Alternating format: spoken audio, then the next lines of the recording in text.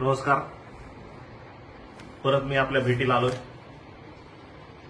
आपल्या ज्या कालच्या 21 तारखेचा जो विषय होता त्या विषयाला अनुसरून तुम्हाला काही गोष्टी क्लेरिफिकेशन द्यायचं आहे. कुणाच्या मनामध्ये काही संभ्रम आहेत ते संभ्रम काढण्यासाठी मी आपल्या समोर आलोय. कारण 21 तारीख ही आपली फुल अँड फायनलच होती. त्याच्या अगोदर मी कॉन्फिडंटली आपल्या समोर सगळ्या गोष्टी मांडलेल्या होत्या की त्या दिवशी आपल्याला आपले फंड्स वाटायला चालूच होणार होते.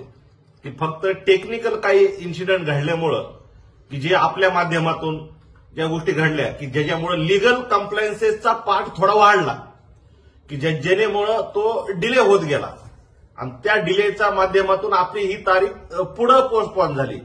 विषय एवढाच आहे त्याच्यामध्ये, बाकी विषय कुठलाच नाहीये. कारण जो बीजीचा विषय होता तो कम्प्लायन्सेस कंप्लीट केला. त्याच्यामध्ये पण आम्ही तुम्हाला जे वर्बेजन या सगळ्या गोष्टी ओपन दाखवल्या.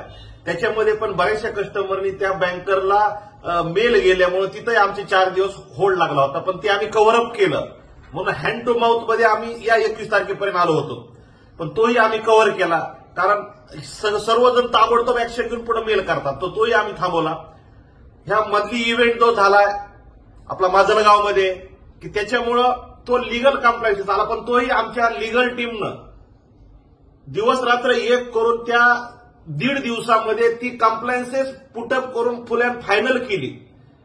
आणि तो त्या जागेवरचाही कम्प्लायन्सेस तिथंही फुल अँड फायनल केली आणि त्याच्यातून आपण व्यवस्थित पद्धतीने पुढे आलो. आणि बीजीमुळं आरबीआयकडून जो फंड रिफ्लेक्ट करायचा आहे तो पुढे गेलेला आहे. ती प्रोसेस संपली. आता ती प्रोसेस संपल्यामुळं ते खाली लोकल ऑथॉरिटीकडे आलं आणि हा लिगल आल्याबरोबर अगोदर लिगल कम्प्लायन्सेस पाहिले जातात आणि ते त्यांनी बघितल्यानंतर ही ऑनलाईन कम्प्लायन्सेस दिसल्यामुळं पटपट त्या सगळ्या गोष्टी पुढे आली. पण त्या सगळ्या गोष्टी आम्ही पूर्ण फायनल केलेल्या आहेत. येणाऱ्या काही दिवसामध्ये पेमेंट रिफ्लेक्ट होऊन आपल्याला वाटपही चालू होईल. ब्रँचेस चालू केलेल्या आहेत. ब्रँचेस आपण सहकार्य करा. आपल्या एफडी रिन्युअल असतील, बाकीच्या गोष्टी असतील त्या तुम्ही चालू करा. आम्ही वारंवार आपल्या समोर आलेलो, शिष्टमंडळासमोर आलेलो, सगळे इव्हिडन्स दाखवलेले आहेत. सन्माननीय एसपी साहेबांच्या माध्यमातून जे शिष्टमंडळ तयार आहे त्यांना कंटिन्यू मी अपडेट देतोय सरांनाही, आणि त्या अपडेटच्या माध्यमातून ह्या गोष्टी होत आहेत. पण एक गोष्ट लक्षात ठेवा, कुठेतरी काम फायनल स्टेजला आल्यानंतर काहीतरी शेवटच्या क्षणाला काहीतरी आतापर्यंत अनुभव आहे, काहीतरी घटना घडतायत. तर माझी विनंती आहे आपल्याला, आमचे द्यायची खूप तकतक आहे, खूप मजाती आहे. फक्त आपण थोडं पेशन्स ठेवून सहकार्य करा, अफवावर विश्वास ठेवू नका. हे एवढं मी आपल्याला सांगतोय. येणाऱ्या काही दिवसामध्ये आपल्या अकाउंटवर आपले फंड यायला चालू होतील. आणि मी काल सन्माननीय साहेबाला माझा शब्द गेला की जसं माझ्या अकाउंट रिफ्लेक्ट झालं मी तसं माझं स्टेटमेंट काढून पहिलं मी आपल्यासमोर शिष्टमंडळासमोर येऊन दाखवलं. आणि शिष्टमंडळालाही माझा शब्द आहे की मी दर 4 दिवसाला, 5 दिवसाला, 3 दिवसाला तुमच्या समोर बसायला तयार आहे की जे माझे एव्हिडन्स आहेत ते घेऊन मी बसतोय आपल्यासमोर. त्यामुळे आपण याच्यामध्ये किंतु परंतु आणू नका आणि सहकार्य करा. बिलकुल कुठला डाऊट नाहीये, सर्व डाऊट्स क्लिअर झालेत. पण कोणतेही फंड रेज करताना त्याला लिगल कम्प्लायन्सेस असते. ती लिगल कम्प्लायन्सेस हा पार्ट आहे, तो कुठली गोष्ट नाहीये.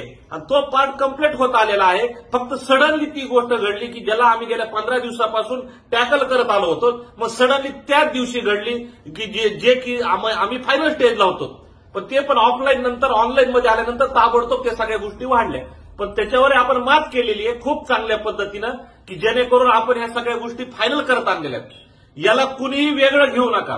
ज्यावेळेस आम्ही समोर येतो म्हणूनच व्हायलन्स क्रिएट होतो. आणि व्हायलन्स क्रिएट होतो म्हणजेच ही सत्यता आहे की जर आपण समोर आलोच नाही तर व्हायलन्स होणारच नाही. व्हायलन्स नाही झाला तर मग ती सत्यता होतच नाहीये. त्यामुळे आपण त्याला वेगळं घेऊ नका, कुणीही वेगळं घेऊ नका.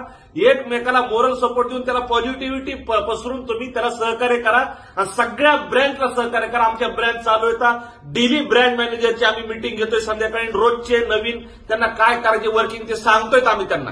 या माध्यमातून आपल्याला मी आवाहन करतो की आपण त्यांनाही सपोर्ट करा. आजही आपल्या सगळ्या ब्रँच उघडलेल्या आहेत. काही 1-2 ब्रँच उघडायच्या राहिल्या. त्या कस्टमरला माझी विनंती आहे की आपण सपोर्ट करा, बिलकुल इंडिव्हिज्युअल घेऊ नका. या लाखो ठेवीदारासाठी सपोर्ट करा आणि ती ब्रँच उघडायच्या चाव्या तुम्ही हँडओव्हर करा. एवढी विनंती या माध्यमातून करतो आणि थँक्यू.